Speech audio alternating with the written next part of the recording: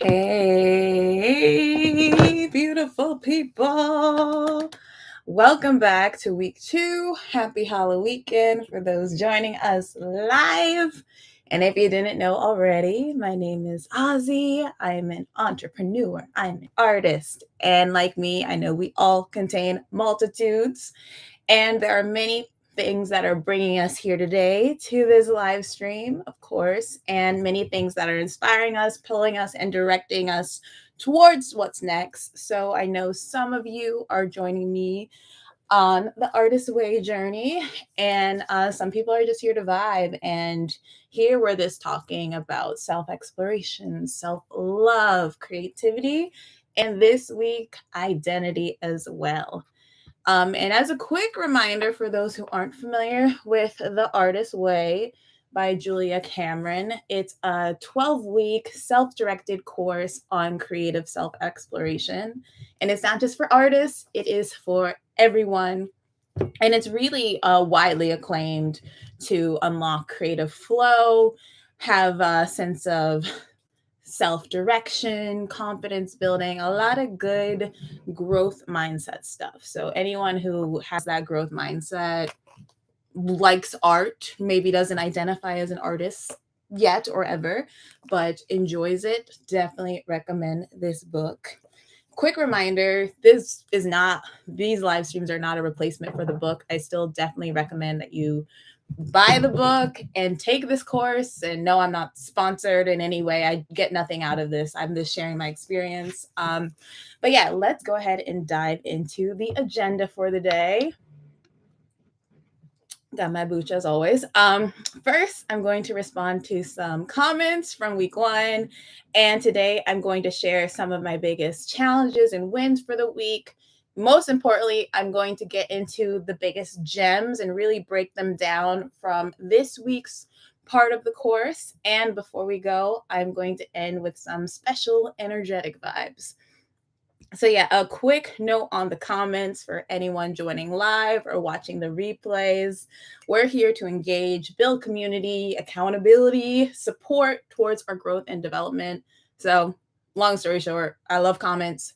Keep them coming. And special shout out to the week 1 video comments. So I have one that says, thanks for sharing. I ordered my book from Amazon and was able to receive it same day. So yeah, there's nothing like a physical book. I do have a PDF version of this book. As I mentioned in the previous live stream, this is my 3rd attempt of doing this book. I haven't completed it, and this time I'm doing it differently, doing accountability externally through these live streams, but I have friends who are also doing it alongside with me. But yeah, as you can see, I wrote copious notes for myself throughout this book. There's nothing like a physical book when you're doing any sort of reflective workbook type of vibe, at least for me. And second comment is, I've been enjoying doing this. I feel like this is the perfect time and a great reset. I absolutely agree. As soon as October started rolling around and the seasons were changing, and especially in Chicago, like last week, like last Tuesday, it was like upwards of 80 degrees. And then the following Tuesday is now chance of snowing on Halloween. So with all that, the year is wrapping up, the holiday season's coming in. And I feel like, especially for me, my birthday is also in this last quarter as well. And it's just like a big time for reset and reflection. And this is a book I've been trying to do since I quit my job a year and a half ago in April 2022. I got up to week 9 of 12, and as a gift to myself, and of course, all my friends see it as a gift too. Just being able to end this year and start the new year with this complete, and having all of the benefits that you reap along the way of doing this practice. So yes, thank you for those comments, Aisha. And comment is, hello from Exodus Squad. It's quite common for a lot of wait, let me just start this over. Hello from the Exodus Squad. It's quite common for all of us to find ourselves imprisoned by society's expectations, often driven by logic. Oh yeah, last week I talked about the logic brain versus the artistic brain. Personally, I enjoy sizing people up based on my current mood. Love this. That dreaded question, what do you do? Constant struggle for me.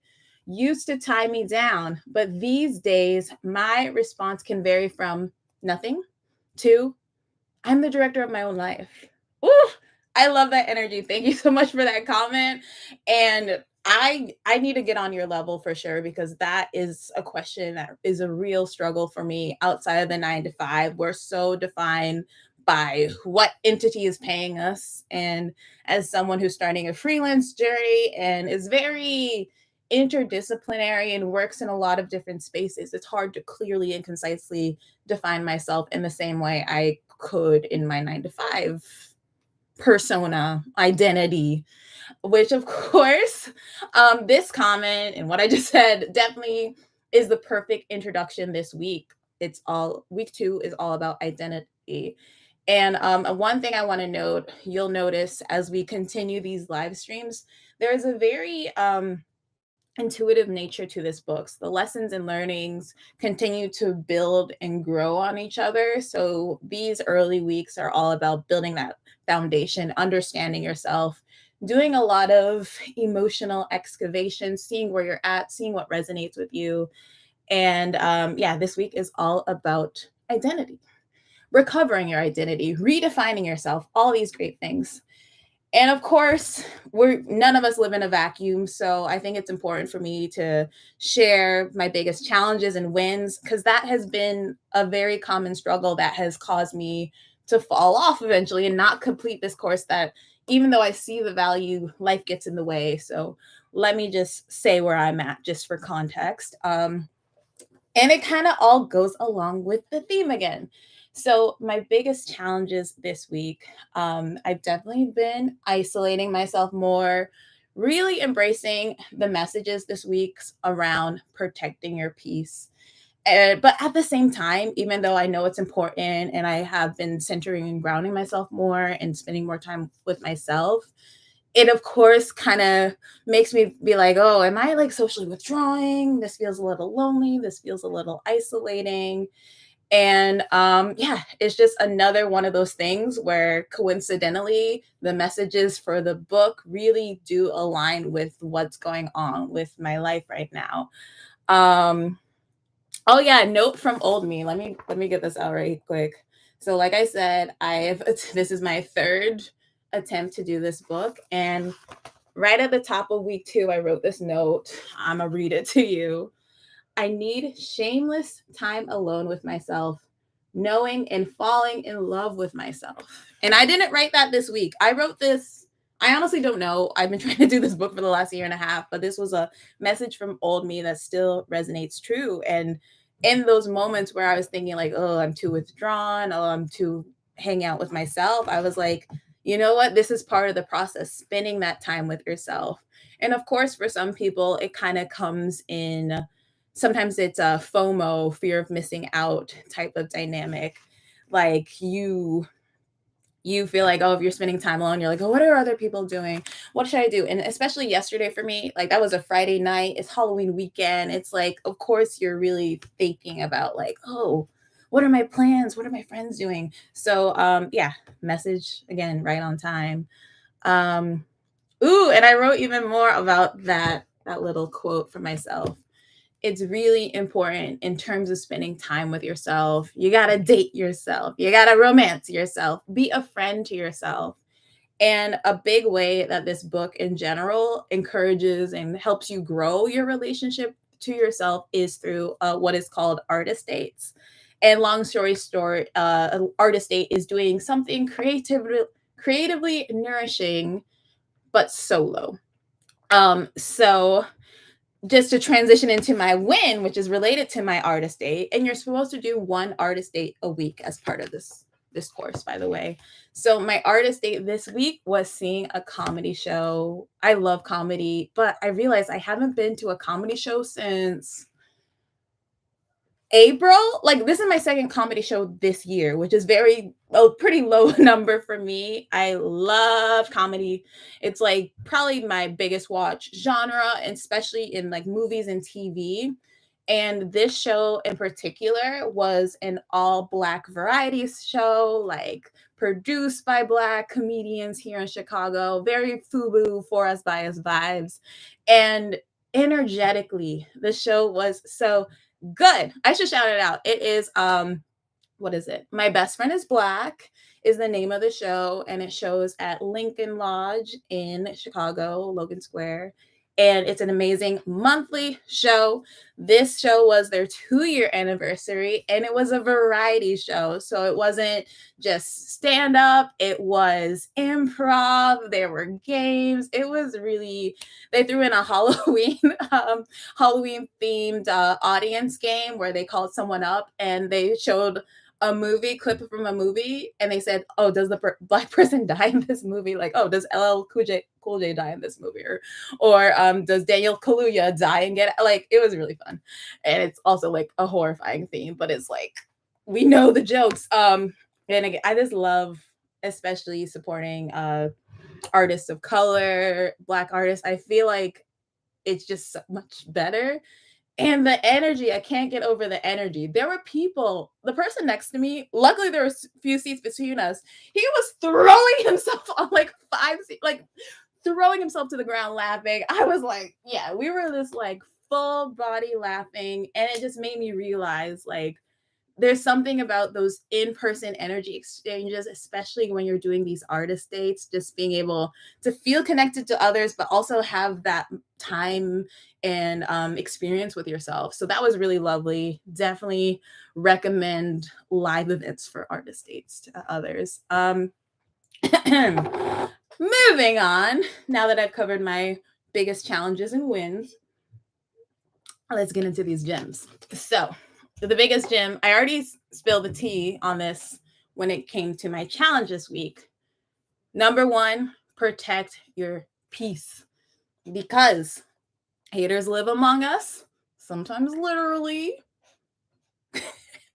My life this week. If you know, you know. I know some of y'all can relate. Parasites live among us. Takers, energy drainers. The book talks about crazy makers, those people in your life who are just so demanding, take up so much space, and they require anyone around them to focus on them first. Like, it could be your boss, it could be your neighbor, it could be your best friend, it could be a new friend who kind of turns a little toxic, it could be anything. Family members, they come in all identities. And another part of protecting your peace that has been a hard truth for me is we can't take everyone with us on this journey. And by this journey, I don't specifically mean the artist's way, but as someone who's very excited about growth and trying new things, I'm gonna call myself out. I definitely get into the habit of this being like, oh my, like I'm like learning and growing, and then instead of continuing and acting on my learnings, I'll just be like, oh my gosh, everyone, and then I'll like then divert my focus into bringing other people into the fold. But then I'm distracting myself from my own growth and actually growing in the practice, and instead just becoming Captain Save-A-Ho.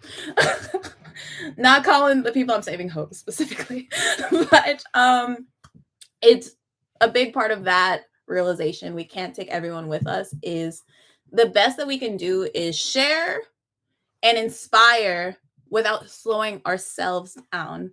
And it's really important to always focus on what's in the realm of our own control. And in the wise words of J. Cole, don't save her. She don't want to be saved.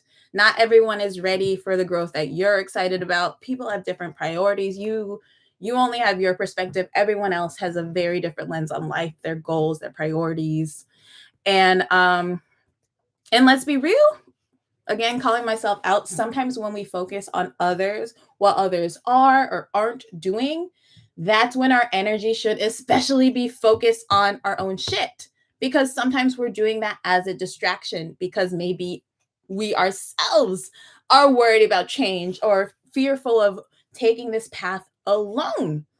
And again, it all comes back to identity, because it's like maybe you're bringing someone along that has been a part of your life or has been a part of your identity in different ways, has been a support and safety, but sometimes you do have to go out on that limb on your own, walk your own path. If something is resonating inside you, you have to follow that in faith, even if you can't take everyone you want to with you.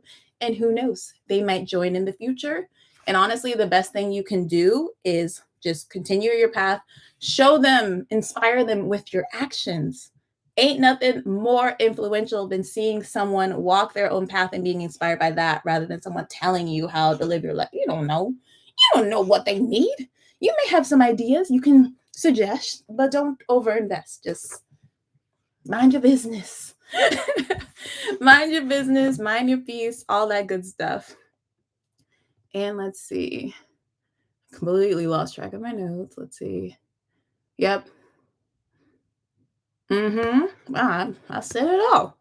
Boundaries. Ooh, a big part of this, recovering your sense of identity. It mentions in the book, you may have boundaries. Like, one thing I want to emphasize is identities change, they flow, they're different, all this stuff. But and along those lines, with your changing identity, you also may need to revisit your boundaries, especially when you're in those periods of new exploration where things feel a lot more vulnerable because they're a lot more new.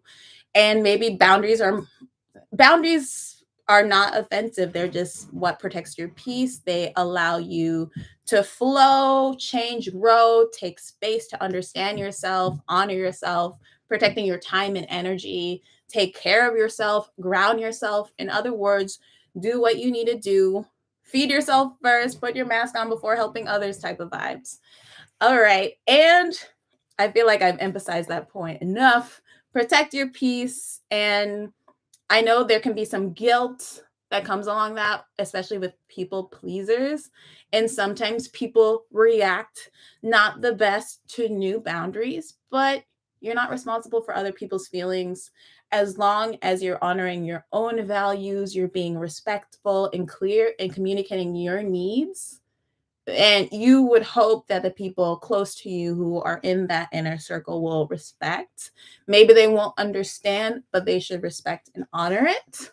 And yeah, let's move on to the second gem. And this is an exact quote from the book. And it says, the quality of life is proportionate to the capacity of delight. I'm gonna say that again because even though I've read this many times, let me just let it sink in. The quality of your life is proportional to the capacity for your delight. So you'll enjoy your life more if you are able to appreciate, accept, and receive the delight, the positive energy. I know as humans, we are very conditioned from a survival instinct to focus on the negative. Because if we're like in a beautiful field of flowers and then we see a threat, that threat's gonna stick in our mind. We're gonna forget these flowers and we're gonna think about that threat until we feel a sense of safety. And maybe even beyond that, we might be like, okay, we always have to be looking out for that. This is something our brain it has been conditioned to do for eons. But of course, at the same time, it's really important to know that because you have to be very intentional and you really need to build reps towards uh, creating more of a positive lens, a positive perspective for yourself.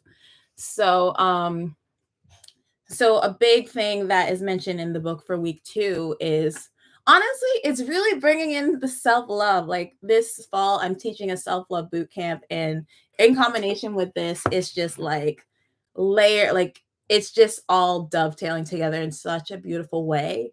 And when we think about mindfulness, being present in our current environment, that is a practice of capacity for delight. Like you start noticing the small things, like whenever there's a nice day, or even if the sun is out, like I will take time. Like anyone who's been with me outside knows this.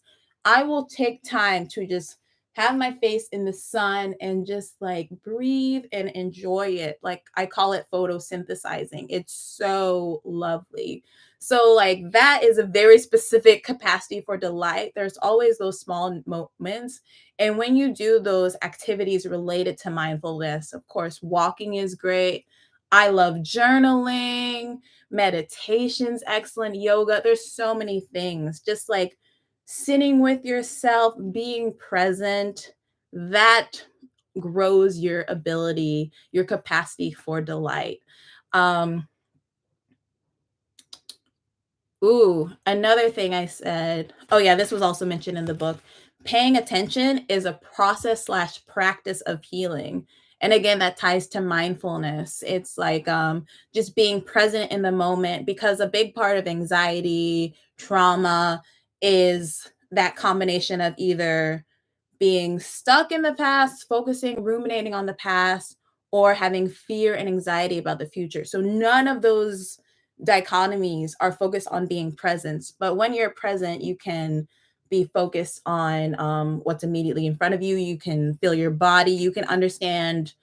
It's a way to like strengthen your mind and body connect. And especially when you're dealing with any sort of emotional trigger, it allows you to be like, okay, brain, I know your amygdala is acting up. My amygdala is acting up right now, but I appreciate you for alerting me to this threat, but this is a threat that I don't need to worry about. And then you can do your little breathing, whatever you need to do. Like all of that is increasing your capacity for delight.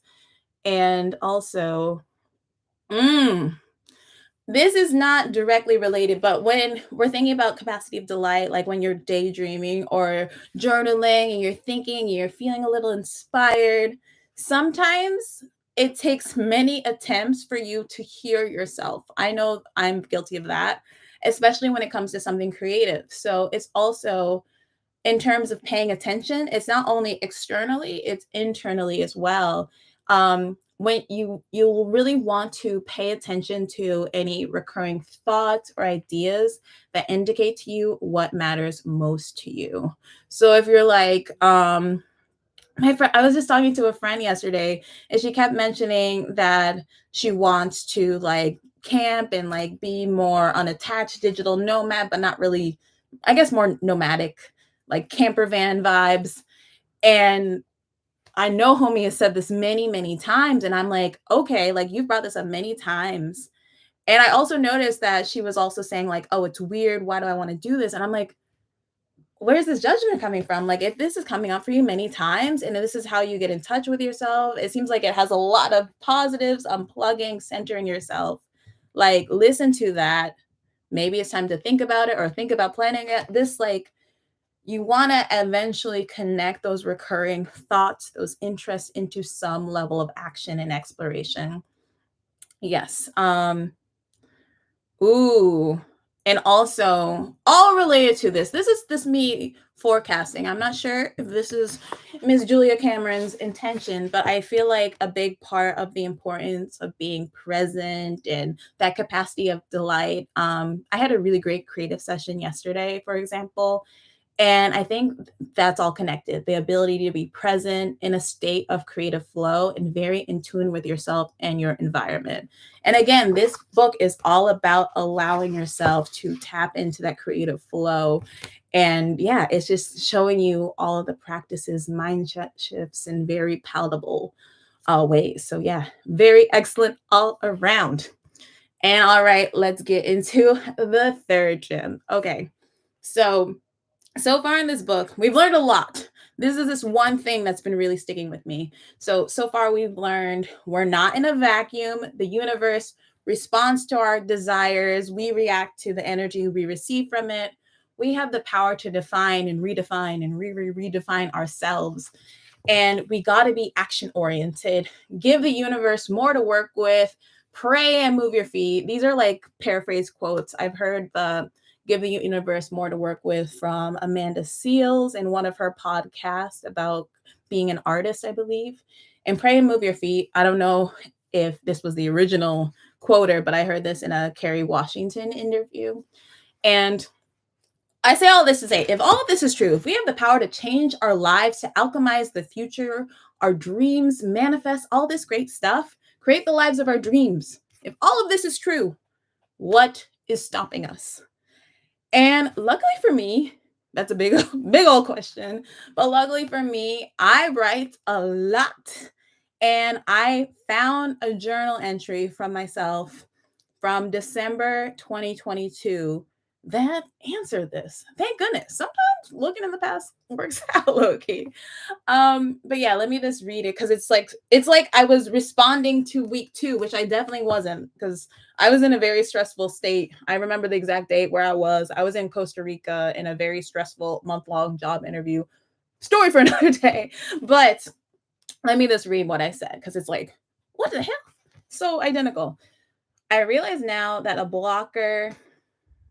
blocker, it's me answering this question, what is stopping me? And I say, the blocker is a sense of dot dot dot unworthiness. Who am I to go for my dreams? Why do I feel like I am unworthy of going for my dreams? Low self-esteem. But what am I to do with this information? How do I address it? Confront this feeling of unworthiness. And my journal entry had some articles. They're also linked in the description. I definitely recommend that you look at both of them. The first article is from Psych Central. It's called Healing from Emotional Abandonment, Shame, and Unworthiness. And it's written by Sharon Martin, who is a licensed social worker. I didn't check her credentials. I'm just reading it from the article, just for context. But yes. And then I wrote in the hyperlink, also surprise, surprise. The first article I click centers fear of abandonment. She is a recurring bitch. She really is. And for those of y'all who haven't heard of fear of abandonment before, um, I like to introduce it in this way. So when our brain is a very powerful tool, it's more than a tool. That's a oversimplification. It takes literally decades to develop. Like our brain doesn't really is considered done with developing in our mid to late 20s. So, but in those early formative years, baby, toddler, child, teen years, our brain is doing a lot of wiring, absorbing our immediate environment, creating assumptions, perspectives, reacting to social and cultural conditioning, making inferences based on cause and effect.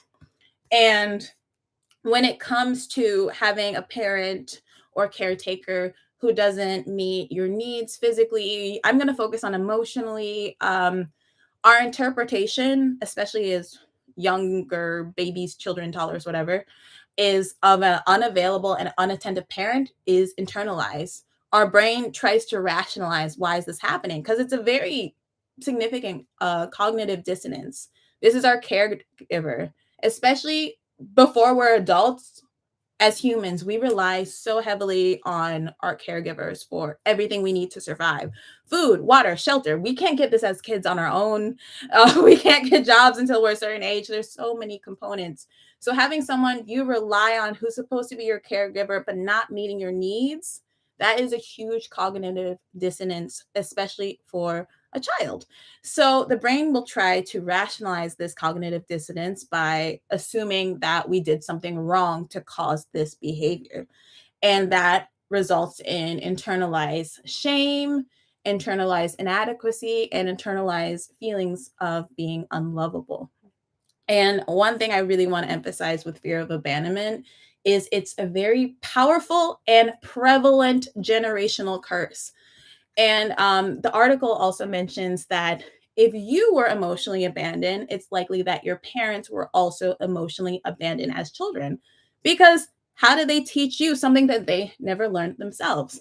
They may have not learned to understand, express, or attend to their own emotional needs or those of other people. And they never learned about the importance of this and emotional attunement with others. And with that, I know it's very my middle school emo, like my parents don't understand. Inner child, part of my inner child.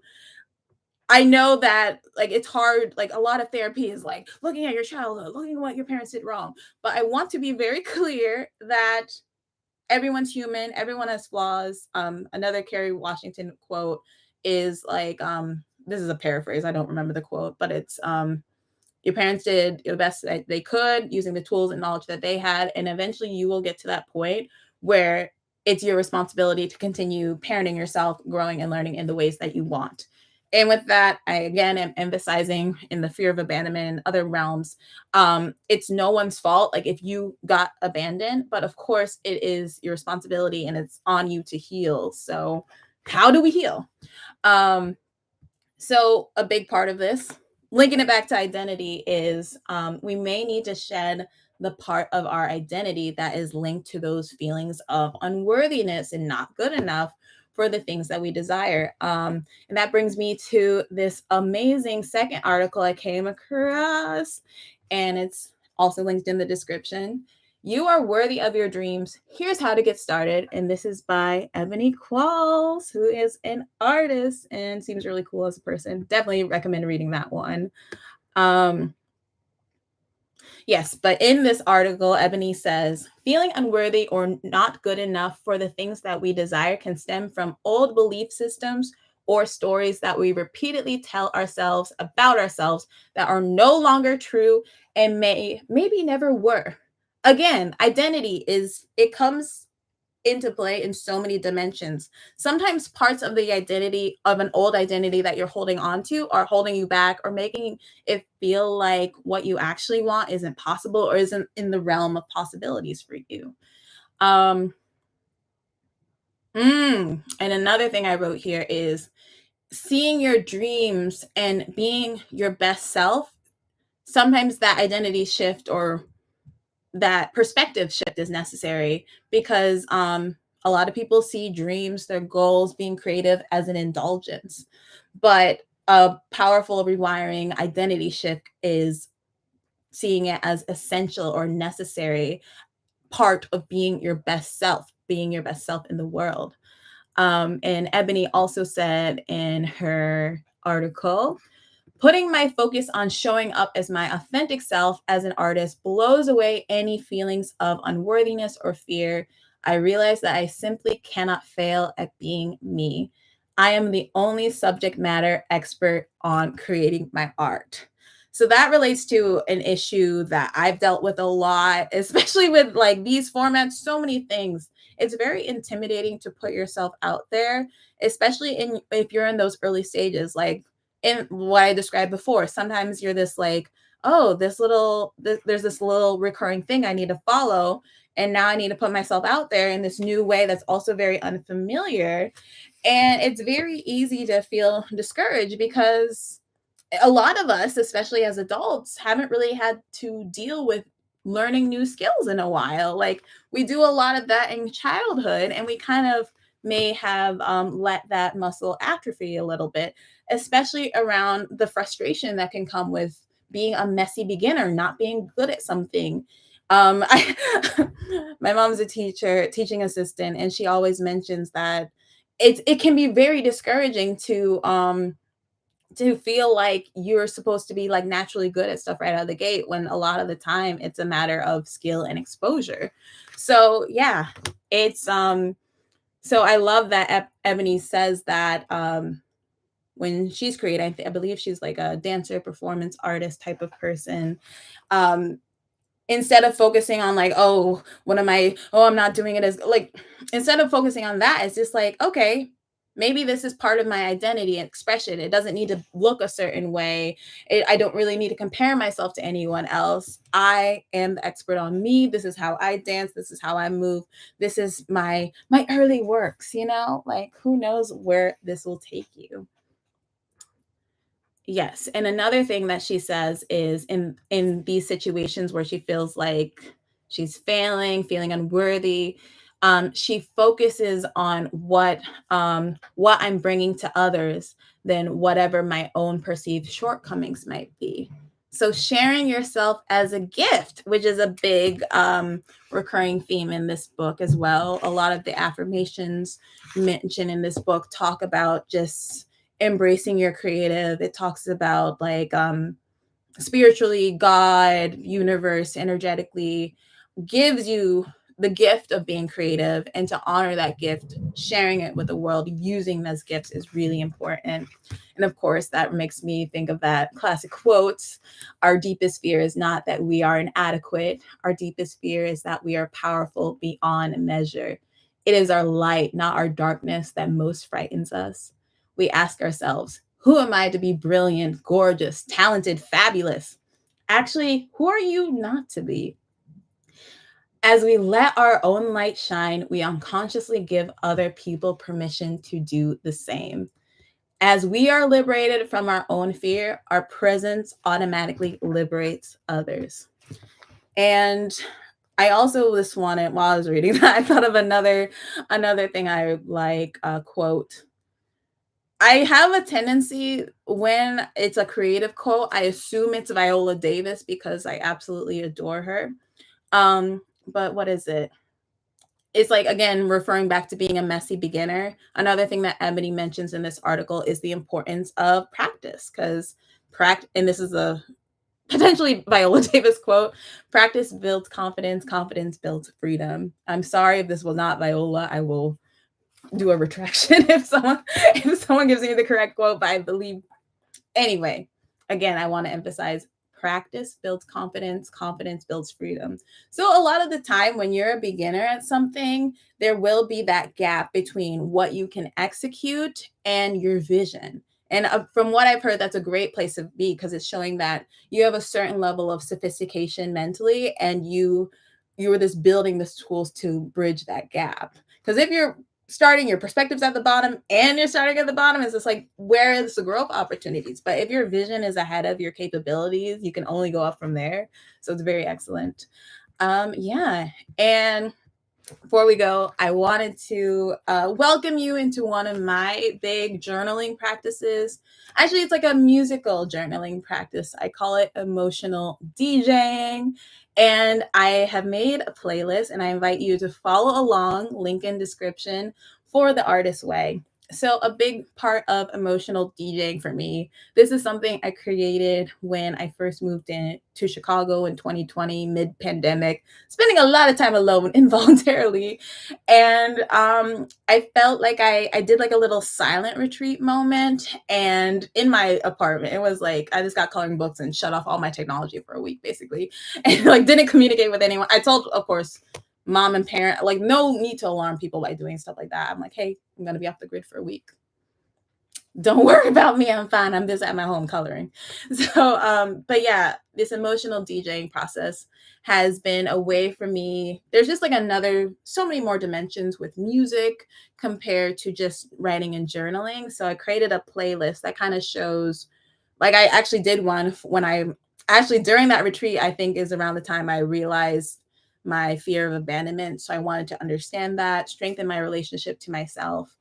And yeah, the emotional DJing, one of the playlists I've made has been like a progression of like fear of abandonment and kind of like building security.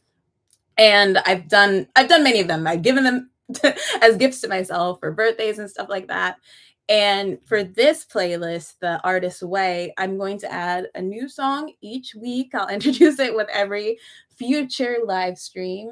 And I'll also just break down what it means, my favorite lyrics, all that stuff. And yes, I didn't share it last week, even though it was on my mind and in my notes. But the first week's, again, as a reminder, week one was, what was it? Recovering a sense of safety. Because again, like that's foundational. Art, being expressive, being creative, being your true self requires vulnerability. So that's like the foundation we need to set it on. And the song from this week is, if you are a fan of Disney's Tarzan, you will know this. It's Son of Man by Phil Collins. And I shouted out the quote, or the lyric: there's no one there to guide you, no one to take your hand, but with faith and understanding, you will journey from boy to man. Okay, like boy to man, let's forget that. Let's make it gender inclusive. But yeah, I feel like that song is all about like growth, journey on a path of uncertainty. And I will just share my self-love note, but I've edited it to be a self-love note for all. Ooh, I see someone's here. Hello, hello, welcome. But yeah, I'm just reading a quick self-love note. Glad you're here. All right. So I know that you have big dreams that are hard to own. There are times where you have those big leaps, and there are times that you shrink. But I encourage you to not discount your growth that you've already achieved. The work you have done to manifest an inner world that is self-honoring and an outer world that nurtures and fulfills you. I cannot express how incredibly proud of you I am. That's you. I'm proud of you. I want you to absorb that because I know a lot of people have issues with compliments. I am proud of you. I am proud of you. Holding that eye contact with the camera lens. No, I completely lost my train of thought. Sometimes I feel like you are an anomaly. How did you create this path that you are on without seeing any part of it? I feel like you are climbing and climbing levels of self-actualization, and I am so fucking excited for your next journey. Yes, the anxiety has been high. There has been turbulence and confusion. Stand confidently in your track record. You figure shit out. You are creative. You are charismatic. Every day, every moment, every decision is a victory in continuously honoring yourself. Yes, you had so much more you are envisioning for yourself: creative freedom, financial freedom. Just know that everything you do for your mind, body, and soul, and of course, your exploration, learning, strategizing, all that, is all building a strong foundation in self belief. You are a force. Every time I try to like have an emphatic moment, I lose my place. Gosh, I really lost my place. You are a force. Where is it? Okay.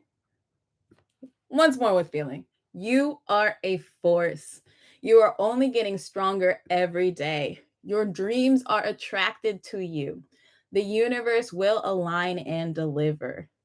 You are making the biggest and surest bet in your life: yourself. You can and will show the fuck up. Again, acknowledge and give space and grace. You need rest. You need time to reflect. You are not a machine. Productivity is a highly personal definition for you. Just know that I am excited for you. I'm rooting for you. And I believe in you. I have faith in you. And while it's admittedly daunting to be on this path, your intuition is strong and beautiful. And you fucking got this. All right, so that's the week 1 edition. Again, it is Son of Man by Phil Collins. We're dealing with uncertainty. We got this. We trust ourselves. And we're not forgetting the progress, all of the work that it took to get us to where we are right now. We're not going to discount that. And we're going to look at that track record and sit confidently in that. I'm like, we did that shit. And we're going to keep doing that because now we have new knowledge, new skills, new wisdom. It's only going to elevate us. So love that. And love to also introduce week 2 edition. Wait, do I have the quotes? Oh, yeah, I do. Week 2, I've added Pursuit of Happiness by Kid Cudi. So let me just share some of the lyrics. Again, we're talking about identity this week, protecting our peace, boundaries, all this good. I'm really gonna try to resist singing because I'm pretty sure I'm not allowed to sing these songs on the interwebs. Okay. Living my life, getting our dreams. People told me slow my roll. I'm screaming out, fuck that. I feel like I'm singing the song. I'm gonna do just what I want. Look ahead, no turning back. If I fall, if I die, I know I lived it to the fullest. If I fall, if I die, know I lived and missed some bullets. I'm on the pursuit of happiness, and I know everything that shines ain't always gonna be gold. Hey. I don't know why I left the hey in there. And the self-love note linked to that song is: always remember you have a higher mission greater than any one situation, insecurity, uncertainty in life. You're on a pursuit. You define what that is. Self-determination. Kuja Chakalia. That's not a part of that, but I love Kwanzaa. Be ready to celebrate Kwanzaa with me in 2 months. Okay, you are on a pursuit. You define what that is. Listen to your inner voice. Do what feels right for you. Be brave enough to explore, invest, and launch yourself towards whatever you want. You can have anything you want in this life. You may fall short. You may hit something unexpected, but you'll be fine. Your own life has been a track record for this. Each jump has had falters and setbacks, but the progress and growth has always upward and right. And I also wrote a little note about the song too. This song is all about bravery of pursuing what you want in life and living life fully. It acknowledges that you may be attracted to things that don't work out, and not every effort will bear fruit. But it's better to try than to do nothing. Not all that glitters is gold. And I put that in bold because that's the name of one of my emotional DJ playlists. Just try and it will be okay. It's all part of the journey. And yeah, I feel like that about sums it up. Like, we are on a journey together. I'm so, for those who are still saying in these final moments of this live stream, thank you so much for your energy and time and being part of this journey, crossing paths. Maybe we're on parallel paths, but I'm really glad to have you a part of this community. And have a wonderful Halloween weekend for those joining live, and we'll see you next week.